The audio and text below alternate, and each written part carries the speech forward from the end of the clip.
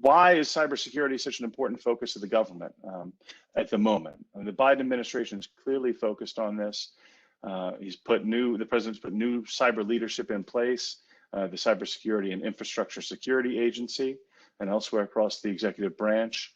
Congress is focused on this. Cybersecurity is taking top priority in spending.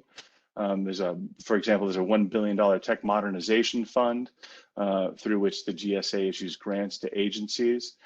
That fund has been changed recently. Previously, agencies had to pay back grants within 5 years, and that approach was criticized for potentially deterring projects that might serve critical needs.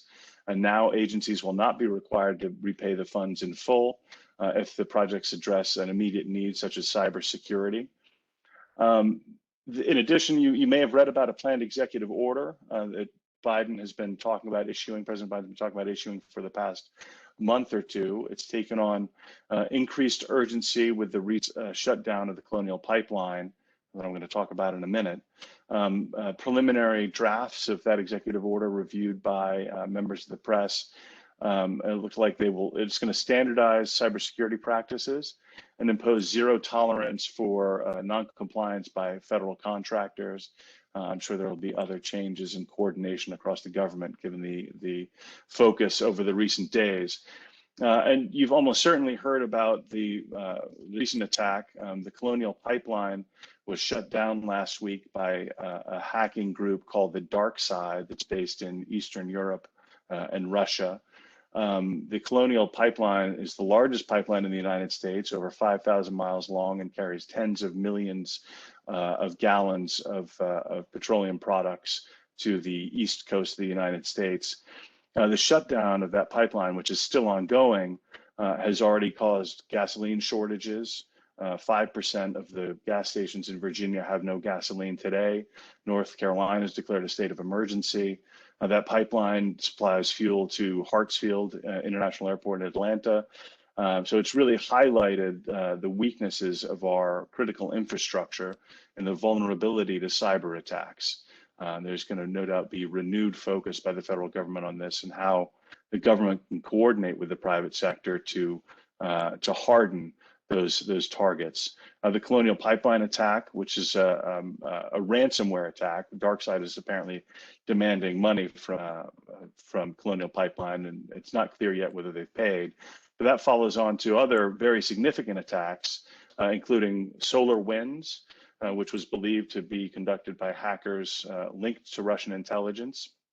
In that attack, hackers compromised a routine software update by a Texas-based software company called SolarWinds. They gained access to approximately 100 top US companies' networks, as well as the networks of at least 9 federal agencies. The hackers were on those networks for 9 months before they were discovered. And not clear if it was for espionage purposes or something else. And it appears that that attack was launched from inside the United States using servers that the Russians rented from companies like Amazon and GoDaddy. And the reason for that approach is that they were able to evade the NSA's detection systems by using servers in the US. Of course, the NSA is not allowed to conduct surveillance inside the US. There were other very recent attacks, for example, an attack in February where hackers increased the level of a chemical in the water supply by 100-fold in Florida, making the water undrinkable. And Microsoft announced in March that at least one Chinese state-sponsored group had infiltrated its Exchange server program, potentially compromising thousands of organizations. So with that overview, I'm going to now turn it over to Sylvia to talk about the recent developments in DoD's CMMC approach.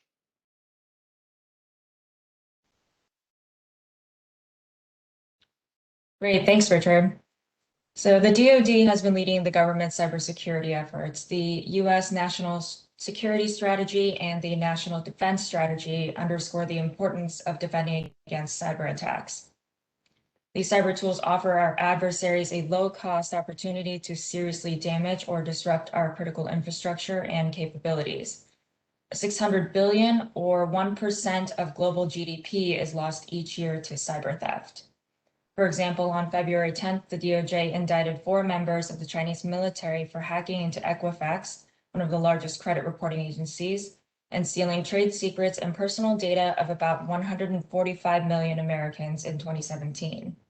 The indictment indicates it was a part of a series of major data thefts organized by the People's Liberation Army and Chinese intelligence, possibly to gather data that will enable the Chinese to better target American intelligence officers and other officials. The hacks into Anthem, a health insurer, and Starwood Hotels also appear to have been done by the same or related groups. These hackers stole names, birth data, and social security numbers of nearly half of all Americans. This data can be used to access medical histories and bank accounts, and could also reveal who was under financial stress and therefore a blackmail or bribery target. Importantly, a 2018 congressional study found that the hacking was entirely preventable. Equifax had failed to patch a network vulnerability that had been identified months earlier, and this is why the DoD and the government are so focused on cybersecurity efforts. In 2017, in December 2017, the DFARS clause came into effect, 252.204-7012, and this requires compliance with the NIST standards 800-171 and safeguarding controlled unclassified information and reporting cybersecurity incidents. Issues are that these standards are too complex, they're not preventing incidents, and they're also not giving the DoD an accurate reading of security maturity in the industrial base. This is why the DoD is moving toward the Cybersecurity Maturity Model Certification, or CMMC, which is a unified DoD standard with multiple security levels. Self-certification is not possible with CMMC, and it requires an independent third-party certification. The CMMC is a major shift in the cybersecurity requirements for DoD contractors. This new model significantly bolsters the existing compliance regime around cybersecurity. CMMC introduces a certification requirement by independent third-party commercial organizations. The cost of obtaining the certification will be considered allowable, reimbursable cost, and will not be prohibitive. The DoD is focused on the impact of the certification on small and medium-sized businesses, which they believe are the engines of innovation. The framework has three main elements. The first are the domains. There are 17 cybersecurity domains, including asset control, asset management, awareness and training, audit and accountability, configuration management, etc. The second are capabilities within each domain, which means the achievements to ensure cybersecurity within each domain. Finally, there are the practices and processes, with practices meaning cybersecurity activities and processes that detail the maturity of institutionalization of the practices. The model specifies 5 maturity levels to which the practices and processes are mapped. Level 1, which is the basic cyber hygiene, will be relatively inexpensive and will be broadly accessible to even the smallest contractors.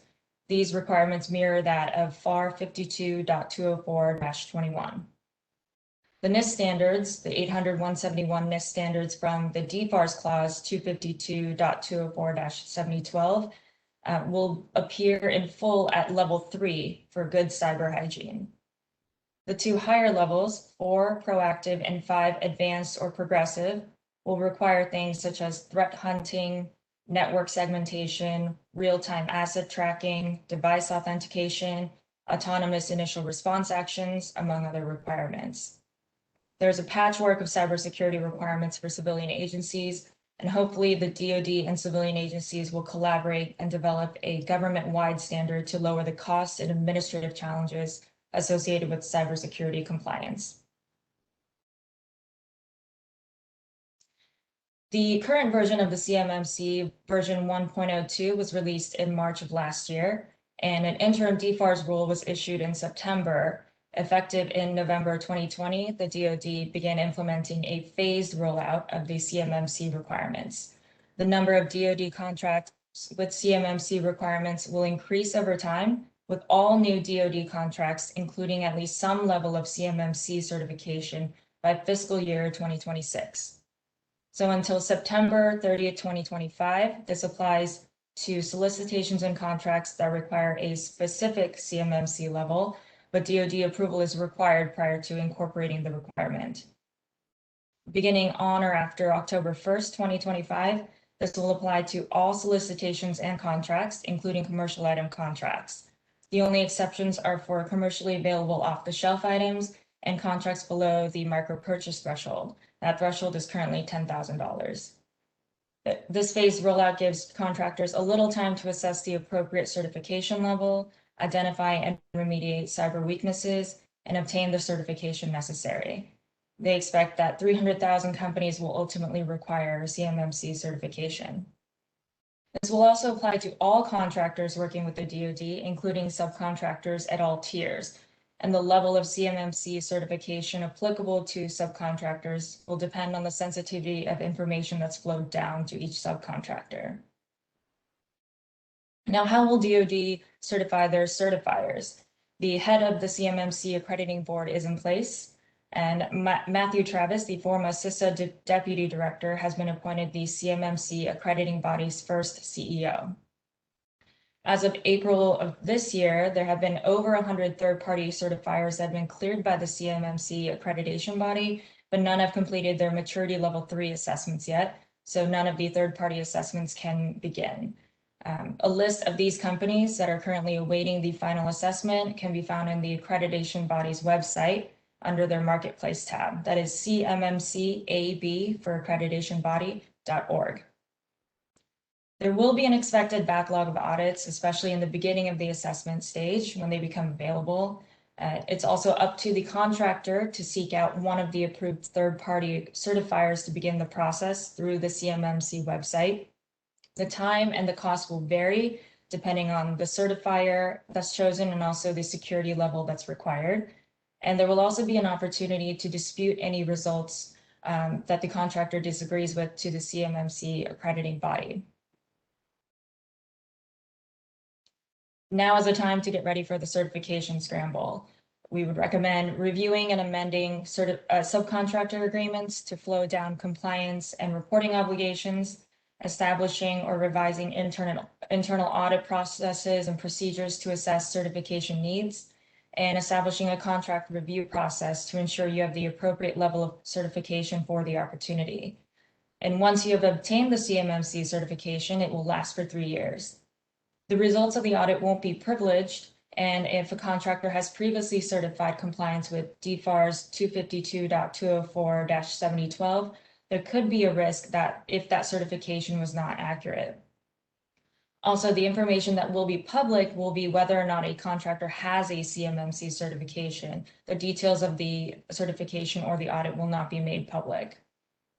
The interim rule also confirms that certification will be required at the time of contract award, not at proposal submission, but the interim rule does request comments on potentially requiring CMMC certification as of the date of proposal submission.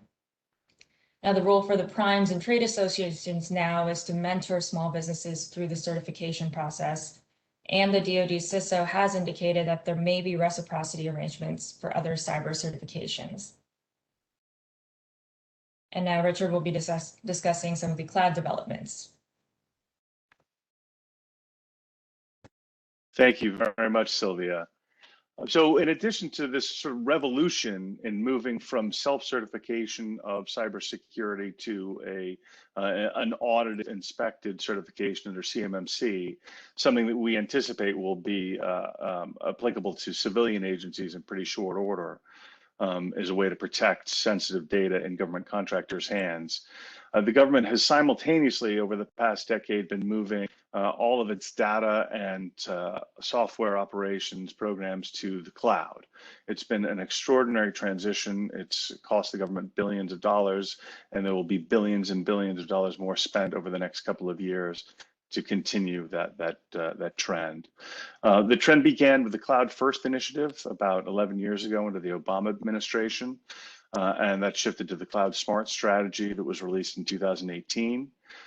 Different agencies are moving at different speed along this process. DOT, for example, Department of Transportation recently released its cloud acquisition roadmap. DoD is continuing to implement its Enterprise Collaboration and Productivity Services, or ECAPS plan. You've probably read about some of the contracts involved in this ECAPS effort, One is the JEDI contract, or the Joint Defense Enterprise Infrastructure contract. That is the subject of an ongoing test. It's a $10 billion contract that was awarded to Microsoft. Attorneys for Oracle and also for, more importantly, Amazon have challenged the award. The challenges by Amazon are ongoing. Amazon has alleged that there was inappropriate influence or bias from then President Trump and Secretary Esper, arguing that they were biased against Amazon. And most recently, just in the past day or two, DoD has publicly stated that it's considering scrapping the entire JEDI procurement. And this really highlights a problem with the government's strategy. You know, they've sort of consolidated a lot of requirements under these massive cloud procurements. And it's heightened the importance for players in this space like Oracle and Microsoft and IBM and Amazon to protest awards, because $10 billion that may put a contractor in place for 5 years or more, and sort of lay the foundation for that agency's use of the cloud, probably giving almost permanent advantage to that cloud provider. It really heightens the importance of protesting the award. You combine with that, I think there's a general rule in government contracting that the larger the award, the more likely it is that the government has made a mistake somewhere in the procurement. It's almost impossible to award a contract as massive as JEDI without overlooking something or cutting corners somewhere in the evaluation. It's just a very, very risky proposition. So DoD appears to now be in the process of reconsidering whether JEDI is the right approach at all, which would have given a single contractor this effort, or perhaps moving to a multiple party IDIQ under which DoD could compete task orders for these requirements. So we'll see where this goes, but keep your eye on the press. Very recent developments, and we expect there'll be some more announcements over the next week or two. Another major contract DoD is awarded is DEOS, the Defense Enterprise Office Solutions contract. This was won by GDIT it's worth about $4.4 billion. It was a BPA under the GSA Schedule IT-70. There were protests of this award as well. There was corrective action. And the contract is now for $4.4 billion with a 5-year base and two-year options and a 1-year option. I should note that that's been reduced from an original $8 billion award. So although DoD has now gotten that contract in place, that was a very laborious process as well. DoD believes that both these contracts will really allow it to capitalize on efficiencies to be gained by bringing an enterprise cloud solution through a single award. But as I said, it appears now they're reconsidering that approach. DoD is also planning additional procurements to deliver on 2 other capability sets for video and voice services. There are a number of other contract vehicles that are being used across the government as well, and you've likely heard of some of them. Agencies are using standalone contracts, GSA Schedule, the NASA SOUP contract, or the Solutions for Enterprise-Wide Procurement to achieve cloud solutions. The NIH has a very important vehicle particularly for small businesses that's run through the NIH's Information Technology Acquisition and Assessment Center, or NITAC. NITAC's authorized by OMB to administer 3 government-wide acquisition contracts for IT acquisitions. And their goal is to provide low-cost, high-quality IT products and services to every government agency. This contract, the Chief Information Officer Solutions and Partners contract, is now in its 4th iteration, and the RFP is expected any day. It was supposed to be issued a month or 2 ago. It's been delayed, the NIH says, because of their work COVID, which resulted in a delay in NITAC obtaining the business case approval for that. Also, late last year, the CIA awarded a multi-billion-dollar commercial cloud enterprise contract to 5 companies: Amazon Web Services, Microsoft, Google, Oracle, and IBM. The awardees are going to compete for task orders for the CIA and 16 other agencies in the intelligence community. That's sort of the strategy that I think DoD might be looking at moving to for JEDI. The State Department is going to be issuing an RFP for $4 billion multiple award IDIQ contract for IT services, and has said that they want competition for task orders in each functional area. Again, that this competition for these large cloud IDIQs and other IT services is likely the trend we'll see across all agencies. It's not really clear whether DoD's strategy for the single award on JEDI really would bring the efficiencies that it thought it would. And as I said, it's just too challenging in place to overcome the protest problems. And I mentioned earlier the DOT, the has issued their roadmap, and the Department of Treasury has also released a cloud acquisition roadmap. So with that, we're going to talk a little bit now about a ban on Chinese IT equipment. Some in the contracting community have been struggling a little bit with this because it bans both equipment and services from these banned entities, but it also prohibits prime contractors using banned equipment or services. So we're going to go through a little bit of the details, and then Sylvia is going to go through the FAR provisions. Per the FY19 NDAA, there are extensive restrictions on procurements involving products from 5 Chinese telecommunications hardware manufacturers. Huawei Technologies is the one most often discussed. It includes CTE Corp as well. And there are additional entities designated by DoD. This restriction went into effect in 2 phases. First, in August 2019, a ban on equipment or services from these entities was put in place. And then in August of 2020, a ban on any prime contractor's use of banned equipment or services was put in place. Part B, as I said, is a more challenging restriction to deal with because it's not limited to whether the prime contractor is using these equipment or services in the performance of a government contract. It applies to the use in general, whether or not for commercial or government purposes or purely internal use. Now, there's no list of banned equipment. It applies to all contracts and solicitations. And effective fairly recently, I think since October 2020, whenever a contractor renews its SAM registration, it's prompted to answer a revised version of this FAR provision that includes both of these prohibitions. Certain waivers are available, but they're very difficult to get, and the existence of a waiver does not apply to all contracts. Waivers are within the government's discretion. And there are no exceptions based on the dollar threshold or on whether the items are commercial or COTS items.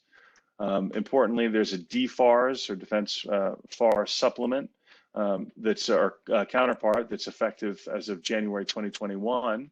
And that includes equipment or services produced or provided by entities that DoD believes are owned or controlled by or otherwise connected to the Chinese or the Russian government.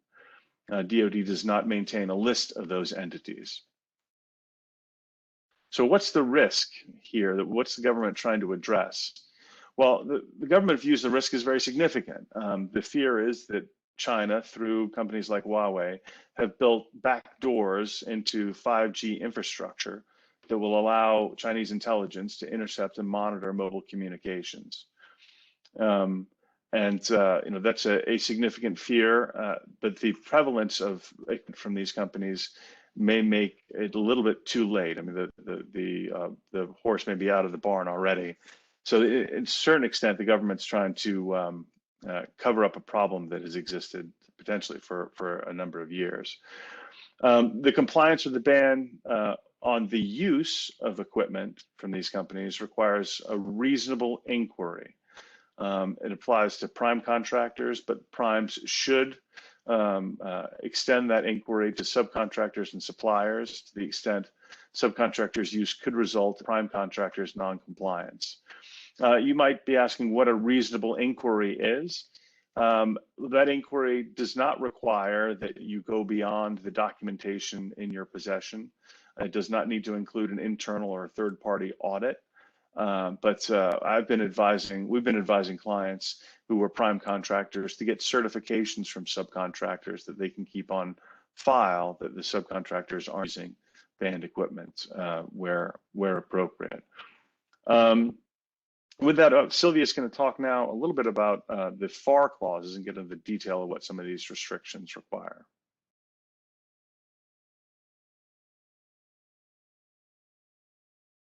Great, thanks, Richard.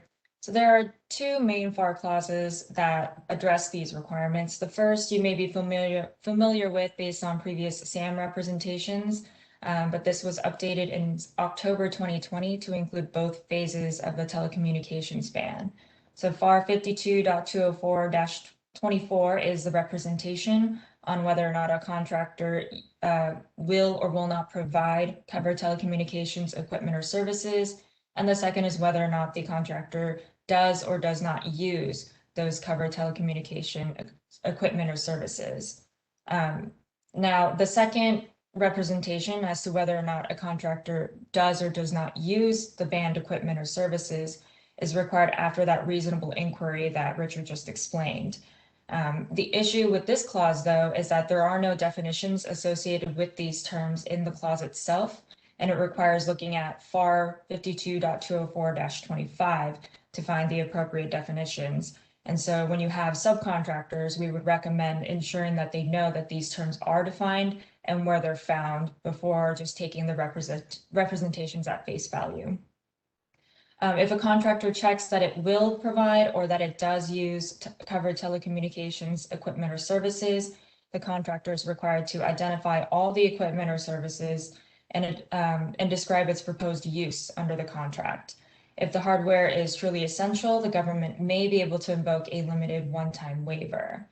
And also when making the representation as to whether or not a contractor use or does not use covered telecommunications equipment or services, this is not whether or not it's used in connection with the government contract, and it's whether the company uses it anywhere within its systems. Now, FAR 52.204-25, which is the clause that includes all of the pertinent definitions, including what is covered telecommunications equipment or services, what the exceptions are and how they're applicable, and what constitutes a reasonable inquiry. This will appear in all contracts and prohibits contractors from providing or using covered telecommunications equipment or services unless a waiver applies. Now, reasonable inquiry was taken prior in making the representation in the 52.204-24 clause, but that is a continuing representation that requires a reporting upon the discovery of any use of covered equipment or services during contract performance. That report is required within 1 business day of discovery, with a follow-up report with additional information within 10 business days of the first report. This clause is required to be flowed down in all subcontracts, excluding the prohibition on the use of covered equipment or services. Thank you very much. Hey, before we move on to a brief discussion and overview of OTA agreements, I just wanted to pause for a minute to talk about a couple of important points and trends that both this prohibition on certain telecommunications equipment and the CMMC certification requirement really demonstrate well. The government increasingly, in recognizing that a lot of the sensitive information that's for national security is in contractors' possession, is imposing very significant and very costly obligations on the government contracting community. Now, the CMMC certification that is going to be an allowable cost for contractors, but particularly for small businesses, that's still going to be a potentially very significant expense if you're talking about higher level certification under CMMC. Hopefully, as I think Sylvia noted earlier in the discussion, large defense contractors and other large businesses will hopefully be supporting small businesses in their effort to become CMMC certified, because within a couple of years, every DoD contractor is going to require it. But these impositions or requiring these heightened cybersecurity standards from our contractors are really necessary, as demonstrated by these recent cyber attacks that some have described as getting close to a basis for war. In fact, I've heard a few commentators over the past couple of days discussing the Colonial Pipeline attack in those terms, and DoD has for a number of years looked at cyber as a warfare domain. But sort of that existential question is out there. What in terms of cyber attacks would precipitate an engagement by the United States military? We may be close to learning what the answer to that question is. And one other quick thing, these certifications, whether it's for prohibitions on certain telecommunications equipment or certifying your compliance of your cybersecurity systems, I should note that misrepresentations or false certifications as to these requirements could result in a number of very significant negative effects for contractors. There's potential False Claims Act liability. Of course, there's the possibility of termination of those contracts, and there's always the risk of suspension or debarment or exclusion from the federal marketplace altogether, where a contractor misrepresents its compliance with these obligations. So with that, I think we'll move on to a brief overview of OTA agreements. As we talked about at the beginning, OTA agreements are shorthand for Other Transactions Authority.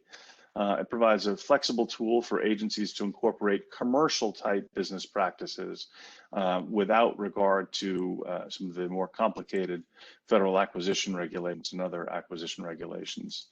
The goal of this authority is to obtain state-of-the-art technology solutions from traditional and non-traditional defense contractors. Non-traditional defense contractor is defined as an entity that is not currently performing or has not performed for at least 1 year preceding the solicitation any contract or subcontract for DoD that's subject to full CAS coverage. Most small businesses, or all small businesses, are exempt from CAS, so you're almost all, for the small businesses on the phone, almost all eligible to compete for these OTA contracts. Not every agency has OTA authority. Currently 11 agencies have it, including NASA, Homeland Security, TSA, HHS, National Institute of Health. But the vast majority of these OTA agreements are executed by DoD. DoD has been using this authority very aggressively. Interestingly, the OTA authority was first put into statute, the NASA implementing statutes decades ago. The author of that statutory language thought that it would be important for NASA to have a mechanism to procure goods and services outside of the procurement regulatory system, just to have the flexibility as it develops these capabilities. And that OTA authority has spread in statutes to these other agencies. Specifically for DoD, Congress has given DoD authority to use OTAs with the most flexible possible interpretation. Given the importance of DoD's mission, I think that makes a lot of sense. DoD recently increased its OTA agreement activity to fund research, prototyping, and even full production of hardware in certain circumstances, awarding $21 billion through 148 OTAs between 2015 and 2017. The GAO has characterized OTA agreements as being useful in attracting companies that have traditionally not done business with federal agencies. And I think to a certain degree, they've been successful with that. I know there's a lot of interest from companies in Silicon Valley, software companies in particular, participating in these arrangements. They're also being used to develop prototypes of autonomous vehicles for example, for support of the U.S. military, robots carrying equipment, supporting our ground troops, and so on. OTAs have tremendous amounts of flexibility. There are 3 mandatory topics to protect DoD's interests. DoD is required to assess price reasonableness, though it should only request cost data directly from the contractor if other means are exhausted. DoD must identify any anticipated follow-on work. And if a prototype OTA agreement exceeds $5 million, the Comptroller General must have access to the records. Those are the mandatory requirements, but topics such as disputes, payment terms, changes, IP, and termination rights are all things the government should consider, but they're not required to. This is, as most of you know, is in stark contrast to FAR-based procurements, where these topics are subject to a host of mandatory clauses. One of the very important things to keep in mind with regard to OTA agreements is that they have very different, they're very different protest rights and protest risks. Our team at Bass Berry has quite a bit of experience in looking at the viability of protests of OTA awards, and the protest remedy is quite good. GSA, GAO, for example, will only hear a protest of the use of an OTA mechanism.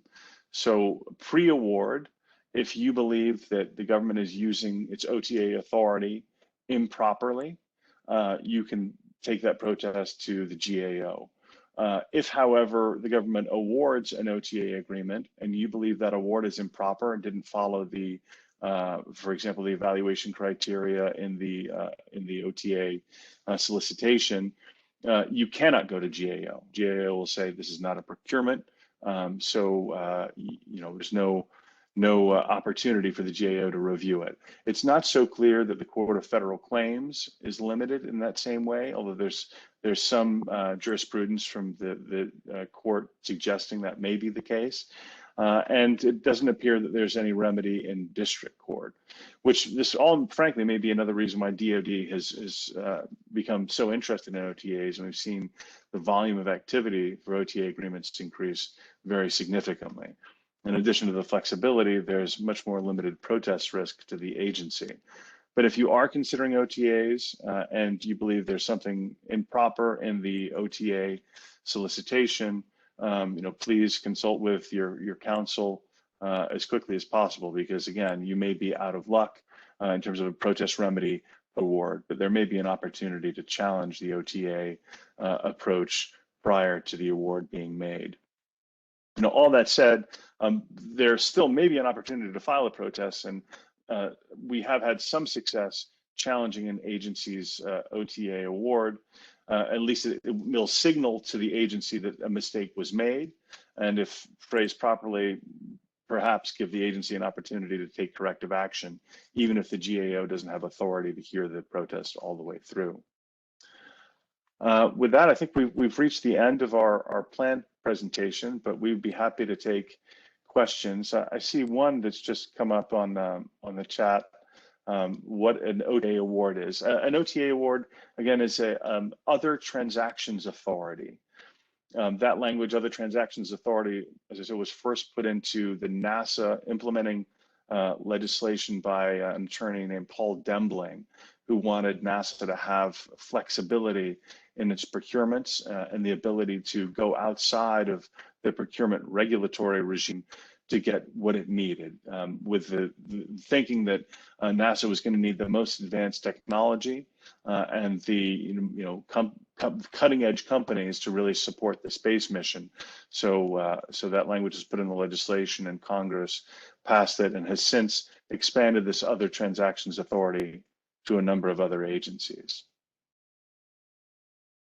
I'm happy to take any other questions. Thanks, Richard. Yeah, another one has come up. Sure. Do you recommend any specific OTAs? We have actively engaged with multiple, but wondering if you have any direct experience with positive results. I don't have any specific OTAs to recommend. I mean, agencies are issuing requirements for OTAs all the time. There are consortiums that have been set up to sort of streamline the OTA award process, and it may be worth looking at some of those consortiums to see if your company wants to join one of them to get engaged in OTAs. That may be a helpful approach, rather than just trying to independently monitor all the OTA activity from different offices across DoD or Homeland Security or other agencies. Okay. Thank you. There doesn't seem to be any more questions. I guess you pretty much covered everything between yourself and Sylvia. So I appreciate that very much. I know that this is very topical at the moment, as you said, with the pipeline and in the news and cyber attacks on the increase. So I do appreciate you keeping us abreast of the latest updates. And I definitely need to schedule you again for the fall, probably, Richard, and another of your colleagues, maybe Sylvia again, because you guys give such great information. As I said, I will be sharing the slides with everybody shortly. This has been recorded and will be available on our website and YouTube channel by tomorrow. If you have any general procurement questions, please do speak to your PTAC counselor. That's what they're there for. They're there to help you. And you've already paid for the service through your taxes, so you might as well take advantage of it, is what I say. Well, thank you so much, Yasmin, for the opportunity to talk with your members today. I really appreciate it. And thank you to all of those who've attended.